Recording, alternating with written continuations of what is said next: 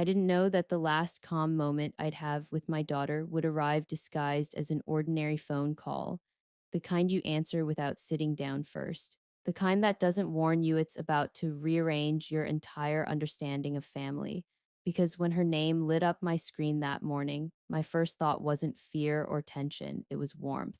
That automatic pull a mother feels no matter how old her child is, no matter how many years pass, and as I lifted the phone, coffee still warm in my hand, I remember thinking how strange it is that after decades of motherhood, your heart still jumps like it did the first time you heard your baby cry.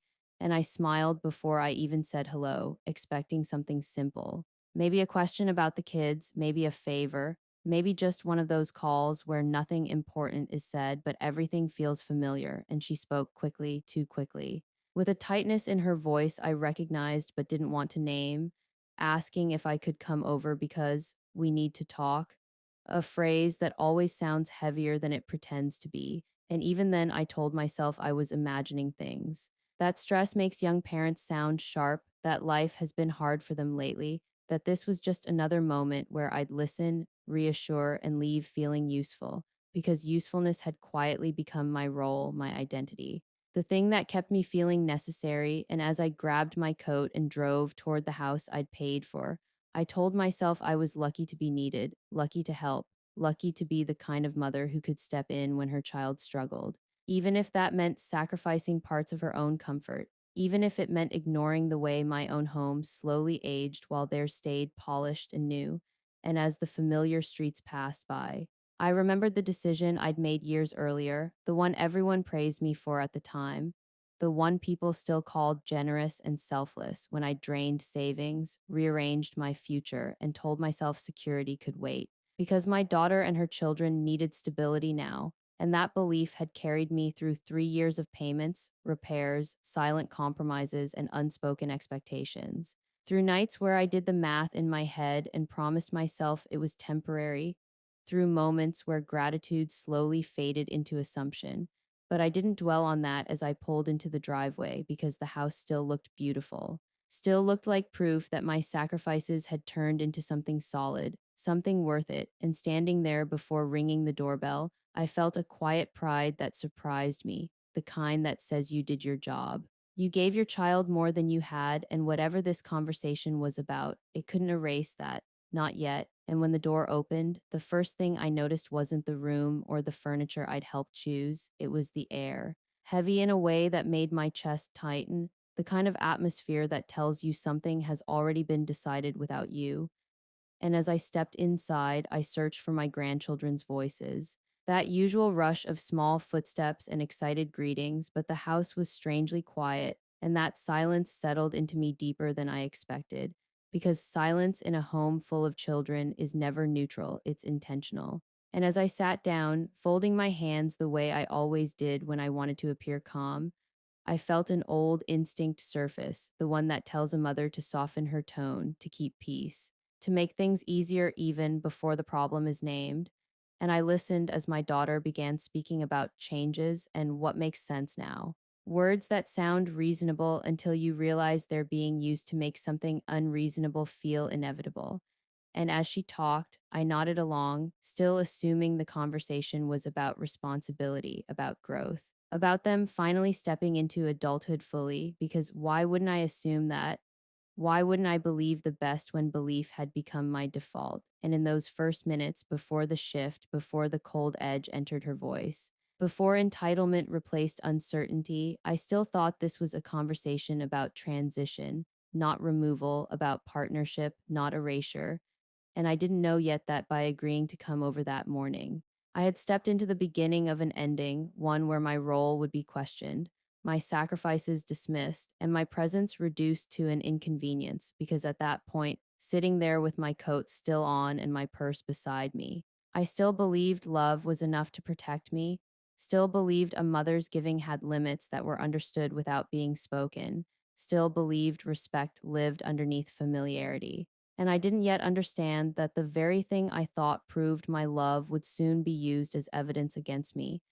That generosity without boundaries doesn't create gratitude, it creates expectation. And as my daughter paused mid sentence and looked at me in a way that felt less like a request and more like a verdict, I felt something shift inside, subtle but unmistakable, like the moment before a storm breaks. And I wish I could say I stood up then, or asked the hard question, or sensed exactly where this was going. But the truth is, I stayed seated, still hoping, still listening, still believing that this conversation would end with understanding. Not with words that would follow me for the rest of my life, because I had no idea that by the end of that day, the same house I was sitting in would no longer feel like proof of my love, but the place where I finally learned what it costs to give without limits, and that realization was closer than I could possibly imagine, waiting just a few sentences ahead, ready to change everything.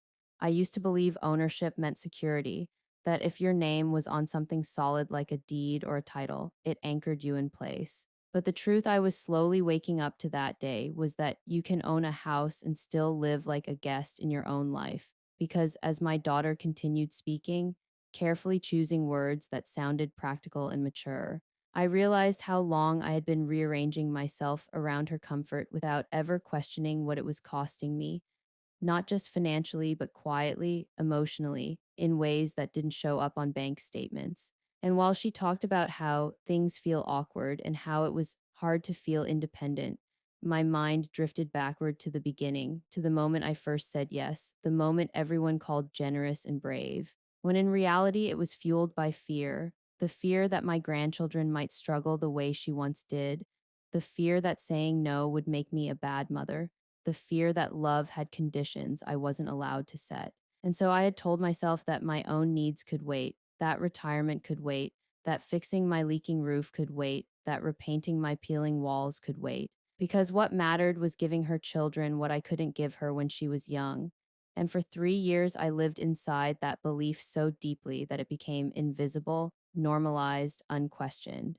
Until one day I looked around my own house and saw the cost written everywhere, in the cracked steps I avoided, in the aging appliances I told myself still worked fine, in the small, quiet meals I ate alone while funding birthday parties, backyard barbecues, and updates I'd never get to enjoy. And I didn't resent it then because resentment grows slowly when you convince yourself sacrifice is love. And the hardest part wasn't the money, it was how easily my presence faded into the background, how quickly thank you turned into silence, how naturally expectation replaced appreciation because once help becomes routine, it stops being seen as help at all, it becomes a baseline. And as my daughter sat there explaining how strange it felt to live in a house I owned, I realized how rarely anyone asked how it felt for me, how rarely anyone wondered what it meant for a woman nearing the end of her working years to carry a second household on her back. And when I tried to gently explain that this house wasn't just generosity, that it was my safety net, my future, the thing standing between me and fear when my body eventually failed me, I saw something flicker in her expression that chilled me, not concern, not hesitation, but irritation. Like I'd inconvenienced her by mentioning my own vulnerability. And in that moment, it became painfully clear that she no longer saw my sacrifices as something given, but as something owed, something she'd already mentally spent, something she believed belonged to her simply because she had grown up under my care. And the realization was dizzying because it meant that somewhere along the way, the roles had reversed so completely that my stability was now negotiable, optional, expendable, and as she spoke about how much easier life would be if I just let go, I felt the weight of years pressing down on me, years of saying yes before being asked, years of stepping in before being invited, years of smoothing problems that were never mine to solve, and I wondered when exactly helping turned into disappearing, when exactly being supportive turned into being erased because there I was, listening to someone describe my life's work as an obstacle to their comfort, and it hurt in a way I wasn't prepared for. Not sharp, but hollow, like discovering the foundation of something you trusted was never as strong as you believed. And while she framed her words as progress and independence, what she was really asking for was freedom from accountability, freedom from gratitude.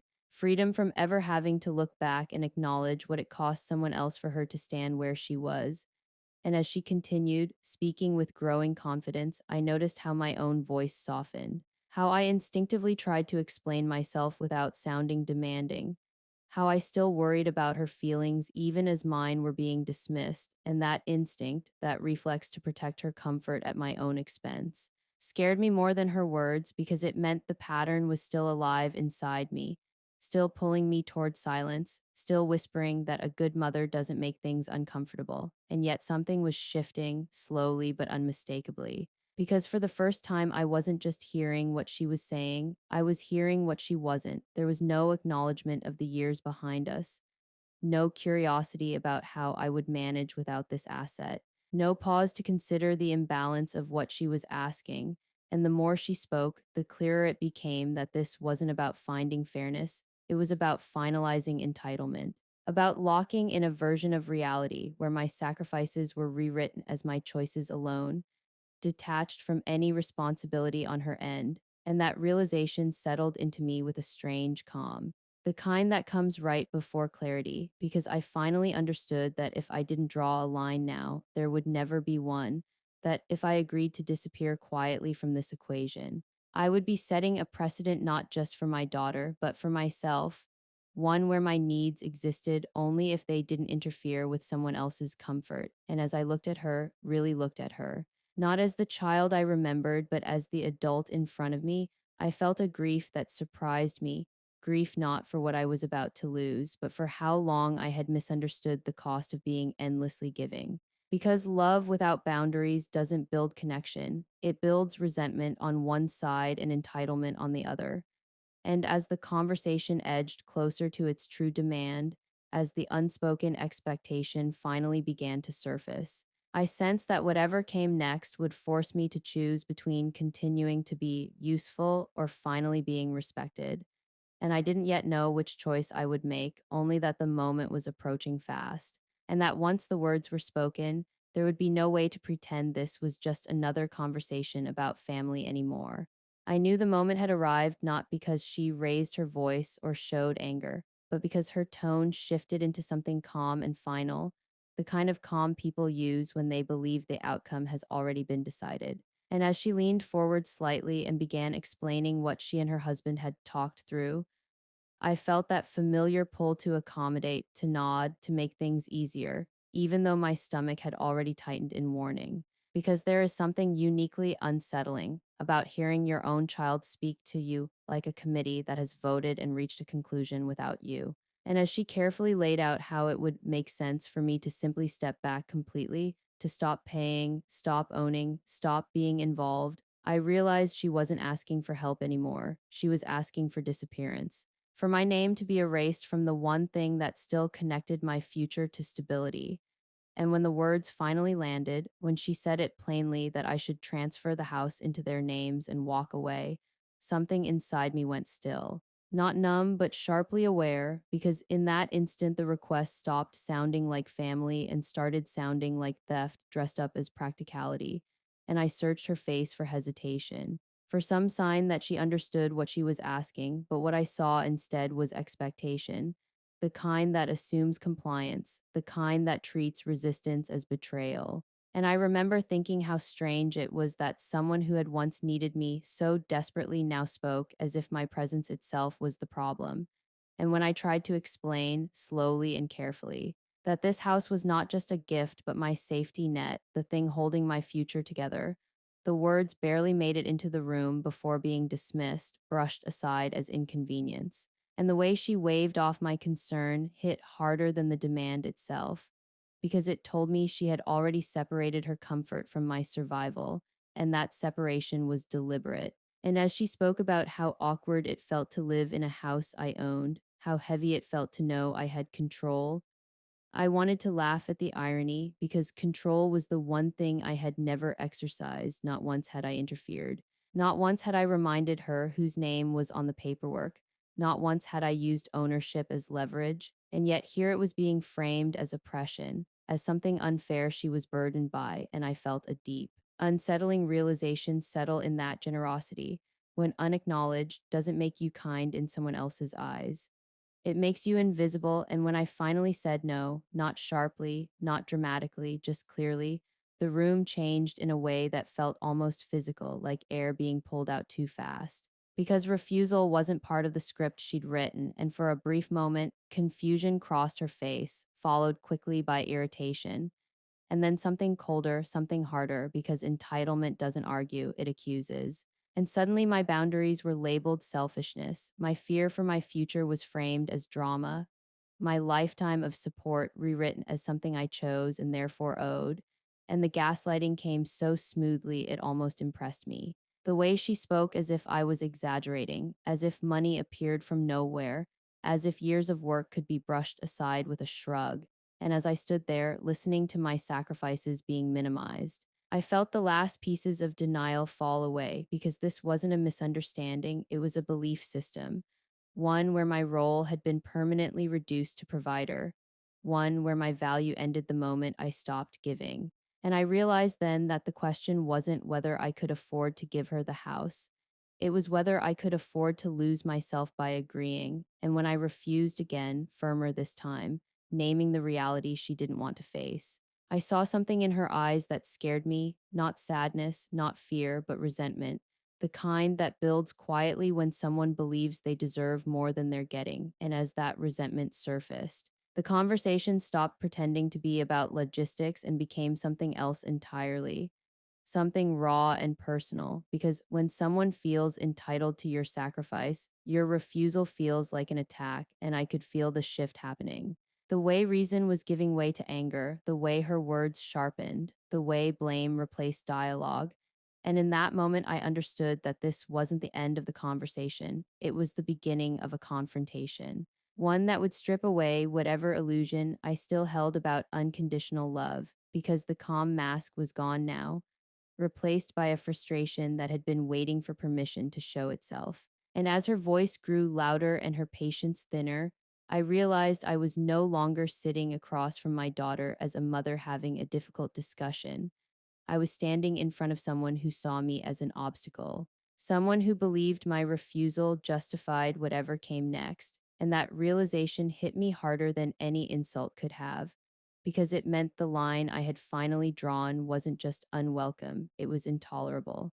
And as the tension tightened and her words grew sharper, I felt a quiet certainty settle into me, the kind that arrives right before everything breaks, because whatever happened next would expose the truth completely. And once that truth was revealed, there would be no way to go back to pretending this was just about a house. I wish I could say the moment shattered loudly, with screaming or chaos that made it obvious what was happening. But the truth is, it broke in a way that was far more disturbing, quietly at first. With a look that crossed my daughter's face that I had never seen before, not rage exactly, but something colder, something that comes from feeling challenged rather than hurt. And as she stepped closer, speaking faster now, listing grievances that felt rehearsed, I realized how long this resentment had been building beneath the surface, waiting for the day I finally said no, because boundaries have a way of revealing what patience was hiding. And when she told me that if I was so concerned about my precious investment, I should just go away, the words landed with a weight I wasn't prepared for, not because they were shouted, but because they were delivered with certainty. Like a command she expected me to obey. And in that instant, something fundamental shifted, because no matter how difficult our relationship had been at times, I had never imagined my own child would speak to me like I was disposable, like my presence was a nuisance to be removed, and I remember standing there, stunned, my mind scrambling to reconcile the woman in front of me with the child I had raised, the child I had protected, the child whose life I had rearranged my own for. And before I could gather myself enough to respond, before I could even process the humiliation of being told to leave a home I had paid for, she pushed me, not violently at first, but forcefully enough to steal my balance, and that moment unfolded in slow motion. My foot catching awkwardly, my body tilting backward, my hand reaching for something that wasn't there, and the shock of it was so complete that my first thought wasn't pain, it was disbelief. Because there are lines you assume family will never cross, and realizing one has been crossed feels unreal, like watching something happen to someone else. And as I stumbled, trying to steady myself, she pushed again, harder this time. With anger now visible, and I fell, the impact sharp and unforgiving, the floor cold beneath me.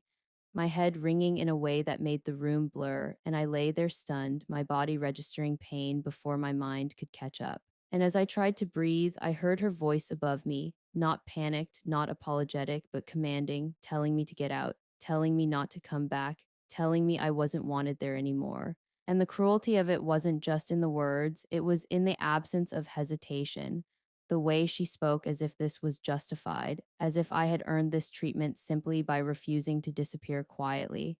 And in that moment, lying on the floor of the house I had paid for, I understood something that took years to fully accept. That entitlement doesn't just erode gratitude, it erodes empathy. And when someone believes they are owed everything, they stop seeing the humanity of the person giving it. And as I tried to sit up, dizzy and shaken, the weight of what had just happened settled into me with crushing clarity. This wasn't an argument that got out of hand, it was a revelation. The unveiling of how little regard remained for me when I stopped serving a purpose. And while part of me still wanted to rationalize it, to blame stress or exhaustion or fear, another part of me, a quieter but stronger part, knew better because fear doesn't strip compassion, entitlement does. And as I was helped to my feet, my body aching, my heart heavier than the pain in my head, I realized that the worst injury hadn't been physical at all. It was the moment I accepted that my role in my daughter's life had been reduced to what I could provide and nothing more. And as I gathered my things, my hands trembling, my vision still swimming, I felt something inside me break cleanly, like a thread snapping under too much tension, because whatever loyalty had kept me silent for years had finally given way to clarity. And as I stepped toward the door, hearing the ordinary sounds of the house continuing around me, life moving on as if nothing irreversible had just happened, I knew that walking out wouldn't be the hardest part. The hardest part would be deciding what came next, because for the first time, I wasn't leaving to cool down or keep peace. I was leaving because something essential had been lost, and as I crossed the threshold, carrying pain I couldn't yet name, I felt a strange calm settle in, not relief, but resolve. Because the moment someone tells you to go away and proves they mean it, they also give you permission to stop protecting them from the consequences of their own choices. And as I closed the door behind me, I didn't know exactly what I was going to do yet, but I knew one thing with absolute certainty: whatever came next would change everything. And the version of me that had walked into that house believing love alone was enough was never coming back. I didn't cry when I got into my car, which surprised me, because I had always imagined that if something like this ever happened, if the unthinkable finally crossed into reality, I would collapse under the weight of it. But instead, I sat there gripping the steering wheel, my body shaking not from emotion but from adrenaline, my thoughts strangely clear, because sometimes shock doesn't blur your vision, it sharpens it. And as I drove home, every familiar street looked different, like I was seeing my life from the outside for the first time, noticing details I had ignored for years: the cracked pavement, the uneven sidewalks, the quiet houses where people lived without carrying the weight of someone else's choices on their backs. And when I pulled into my own driveway, the contrast hit me hard: the small house, the peeling paint, the repairs I had postponed while pouring money into a place I didn't live. And for a moment, I just sat there, listening to the engine tick as it cooled, realizing how upside down my priorities had become, how easily I had convinced myself that my discomfort was acceptable as long as someone else's life looked stable. And when I finally went inside and looked at myself in the mirror, the reality of what had happened settled in deeper. The bruise already darkening, the stiffness in my body, the unmistakable signs of harm that no amount of denial could erase, and standing there alone, I understood something that had been quietly forming in me for years but had never fully surfaced: that love doesn't mean enduring harm, and sacrifice doesn't require self destruction. And once that truth settled, the path forward became unexpectedly clear, not loud or dramatic, but calm and deliberate, because the moment someone tells you to leave and backs it up with force, they also forfeit the right to your continued support. And that realization didn't feel like revenge. It felt like balance being restored. And I sat at my kitchen table with a cup of tea I barely touched, opened my laptop, and started looking at numbers, not emotionally, not angrily, But factually, adding up the years of payments, the repairs, the maintenance, the quiet costs that never get mentioned when generosity is expected, and the total was sobering, not because I hadn't known it intellectually, but because seeing it laid out made it impossible to pretend this was just temporary help anymore. It was a second life I had been funding while neglecting my own, and as I stared at the screen, I realized how often I had minimized my own fear about the future, telling myself I'd figure it out later, telling myself I didn't need much, telling myself that somehow it would all work out. But the truth was, I had been gambling my stability on gratitude that no longer existed. And once I accepted that, there was no going back to pretending. And so I picked up my phone, my hand steady, my heart surprisingly calm, and made a call that felt small in the moment but carried enormous weight because I wasn't calling to argue or threaten or demand an apology. I was calling to reclaim control over something I had quietly surrendered. And when the voice on the other end answered, professional and detached, I spoke clearly, canceling the automatic payments I had set up years earlier, the ones that had quietly drained my account month after month. And as the confirmation came through, I felt a release I hadn't expected, not joy, not triumph, but relief. The kind that comes when you finally stop bleeding. And sitting there, phone still in my hand, I realized how conditioned I had become to equate support with love. How long I had believed that walking away financially meant walking away emotionally. And yet, in that moment, I felt more present, more grounded than I had in years, because I wasn't acting out of anger, I was acting out of self respect. And as the evening light faded through my kitchen window, I understood that this wasn't the end of the story. It was the pivot, the quiet turning point that would ripple outward in ways my daughter hadn't yet imagined. Because she still believed control flowed one way, from expectation to compliance, and she had no idea that the foundation beneath her certainty had just been removed. And as I set my phone down and took a deep breath, I knew the next few days would be difficult, that there would be accusations, panic, and sudden attempts at reconciliation. But I also knew something else, something I had never allowed myself to feel before, that I was no longer responsible for cushioning the consequences of choices that weren't mine. And that realization, more than anything else, marked the moment my life began shifting back into my own hands. Because when you stop protecting someone from the results of their behavior, you don't become cruel, you become honest. And that honesty was about to collide with reality in a way that would make everything unmistakably clear. The first call came sooner than I expected, then another and another after that, my phone lighting up again and again with her name until it felt like a warning signal rather than a request to talk. And at first, I didn't answer. Not out of spite or punishment, but because I knew any conversation that happened before she felt the weight of what had changed would only circle back to the same manipulation, the same dismissal, the same belief that I would eventually soften and step back into line. And as the missed calls stacked up, I watched them without panic, noticing how quickly urgency replaces confidence when the safety net disappears. Because just hours earlier, I had been told to go away like an inconvenience, and now my absence had become unbearable, and that contrast told me everything I needed to know. And when the messages began arriving, their tone shifted rapidly. From irritation to confusion, from confusion to anger, and finally to something that sounded almost like fear. And it struck me how predictable the pattern was, how entitlement reacts when it's challenged, first by denying the seriousness, then by attacking the boundary, and finally by pleading when it realizes the boundary is real. And as I read the words without responding, I felt something solidify inside me. A sense of clarity that had nothing to do with winning and everything to do with seeing the truth without filters, because not one message mentioned what she had done, not one acknowledged the harm or crossed that line of accountability. They were all focused on logistics, money, stability, the impact on her life, and that absence was louder than any insult. And when I finally answered days later, it wasn't because I felt pressured. It was because I wanted to hear whether anything had actually changed. And as soon as her voice came through, softer now, careful, I recognized the tone immediately. The one that sounds reasonable but is really just recalibration. And she spoke about stress, misunderstandings, emotions running high, carefully avoiding the moment that mattered most, and when I asked directly whether she planned to take responsibility for what she'd done.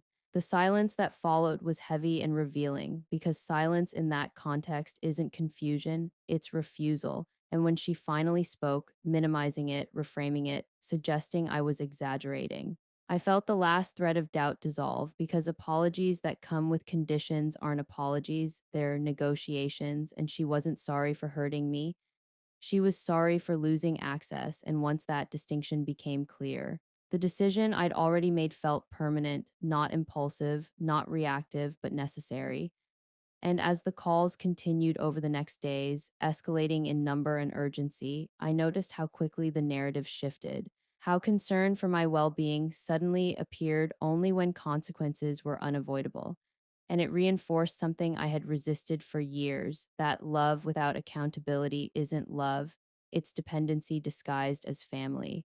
And I held firm, not responding to every message, not defending myself, not justifying my choices, because boundaries don't require constant explanation, they require consistency, and the more consistent I was, the louder the silence became on the other end, and eventually the calls slowed, replaced by the realization she had been avoiding, that the safety she assumed was guaranteed had been conditional all along, not on my generosity, but on mutual respect, and without that, the structure collapsed, and as I sat in the quiet of my own home, something I hadn't felt in years settled over me, not guilt, not fear, but steadiness. The kind that comes from finally aligning your actions with your values, and I knew that what was happening wasn't punishment, it was consequence. The natural outcome of treating someone as disposable and expecting them to remain endlessly available. And as the noise faded and the urgency burned itself out, I understood that the hardest part was still ahead, not the confrontation, not the fallout, but the moment she would realize that this wasn't a temporary standoff, that the old dynamic was gone for good, and that realization would force a reckoning she had avoided for years, because when support is removed, reality doesn't soften its edges. And as I prepared myself for the next step, the one that would make everything official, I knew there was no turning back now because the line I had drawn wasn't just about money, it was about dignity. And once dignity is reclaimed, it doesn't get negotiated away again.